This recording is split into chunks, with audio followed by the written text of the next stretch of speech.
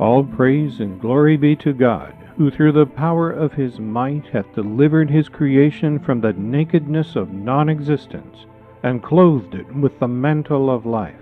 From among all created things he hath singled out for his special favor the pure, the gem-like reality of man, and invested it with the unique capacity of knowing him and of reflecting the greatness of his glory. Sanctified be the Lord of all mankind, at the mention of whose name all the atoms of the earth have been made to vibrate, and the tongue of grandeur hath been moved to disclose that which had been wrapped in his knowledge, and lay concealed within the treasury of his might.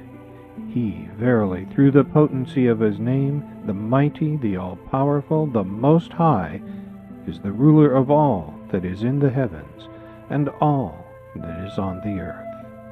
The essence of belief in divine unity consisteth in regarding him who is the manifestation of God, and him who is the invisible, the inaccessible, the unknowable essence, as one and the same. By this is meant that whatever pertaineth to the former, all his acts and doings, whatever he ordaineth or forbiddeth, should be considered in all their aspects and under all circumstances, and without any reservation, as identical with the will of God himself. This is the loftiest station to which a true believer in the unity of God can ever hope to attain. Blessed is the man that reacheth this station, and is of them that are steadfast in their belief. These sanctified mirrors, these daysprings of ancient glory, are one and all the exponents on earth of him who is the central orb of the universe, the essence and its ultimate purpose. From him proceed their knowledge and power. From him is derived their sovereignty. The beauty of their countenance is but a reflection of his image, and their revelation a sign of his deathless glory. They are the treasuries of divine knowledge, and the repositories of celestial wisdom. Through them is transmitted a grace that is infinite, and by them is revealed the light that can never fade. These tabernacles of holiness, these primal mirrors which reflect the light of unfading glory, are but expressions of him who is the invisible of the invisibles.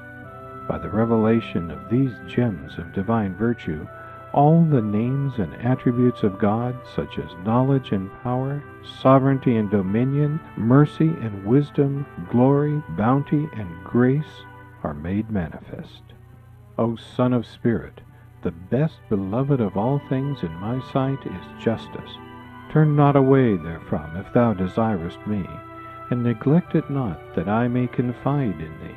By its aid thou shalt see with thine own eyes, and not through the eyes of others, and shalt know of thine own knowledge, and not through the knowledge of thy neighbor. Ponder this in thy heart, how it behooveth thee to be. Verily, justice is my gift to thee, and the sign of my loving kindness. Set it then before thine eyes. Know thou that he is truly learned, who hath acknowledged my revelation, and drunk from the ocean of my knowledge, and soared in the atmosphere of my love, and cast away all else besides me, and taken firm hold on that which hath been sent down from the kingdom of my wondrous utterance.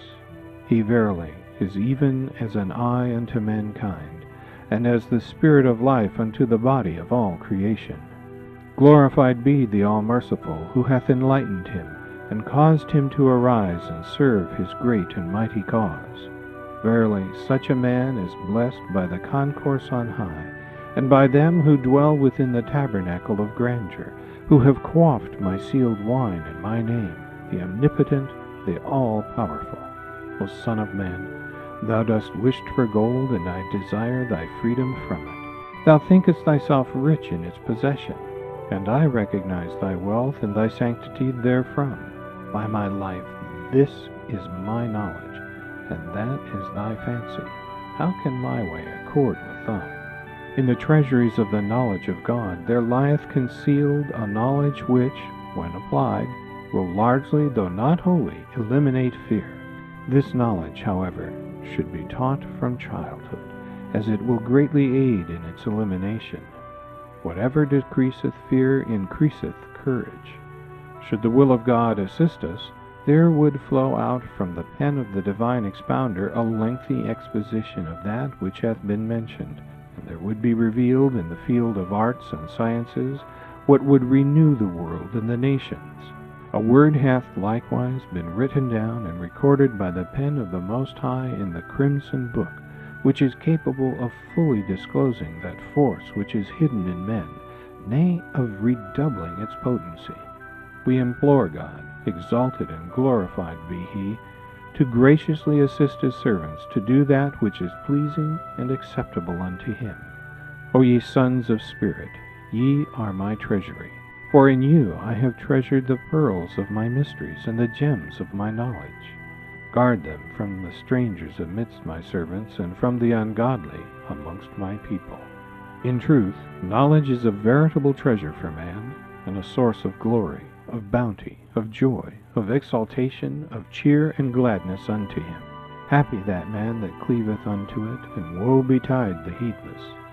It is incumbent upon thee to summon the people under all conditions to whatever will cause them to show forth spiritual characteristics and goodly deeds, so that all may become aware of that which is the cause of human upliftment, and may, with the utmost endeavor, direct themselves towards the most sublime station and the pinnacle of glory. The fear of God hath ever been the prime factor in the education of His creatures. Well is it with them that have attained thereunto. O my brother, hearken to the delightsome words of my honeyed tongue, and quaff the stream of mystic holiness from my sugar-shedding lips. Sow the seeds of my divine wisdom in the pure soil of thy heart, and water them with the water of certitude, that the hyacinths of my knowledge and wisdom may spring up fresh and green in the sacred city of thy heart. Naught shall avail you in this day but God, nor is there any refuge to flee to save Him, the omniscient, the all-wise. Whoso hath known me hath known the goal of all desire, and whoso hath turned unto me hath turned unto the object of all adoration. Thus hath it been set forth in the book, and thus hath it been decreed by God, the Lord of all worlds. To read but one of the verses of my revelation is better than to peruse the scriptures of both the former and latter generations. This is the utterance of the All-Merciful. Would that ye had ears to hear, saying, This is the essence of knowledge, did ye but understand. Arts, crafts, and sciences uplift the world of being, and are conducive to its exaltation.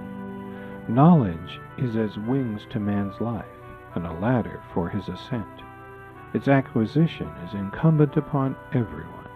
The knowledge of such sciences, however, should be acquired as can profit the peoples of the earth, and not those which begin with words and end with words. Great indeed is the claim of scientists and craftsmen on the peoples of the world. Unto this beareth witness the Mother Book in this conspicuous station. All praise be to Thee, O my God, inasmuch as Thou hast adorned the world with the splendor of the dawn following the night, wherein was born the one who heralded the manifestation of Thy transcendent sovereignty, the dayspring of Thy divine essence, and the revelation of Thy supreme lordship. I beseech Thee, O Creator of the heavens and fashioner of names, to graciously aid those who have sheltered beneath the shadow of Thine abounding mercy, and have raised their voices amidst the peoples of the world for the glorification of Thy name.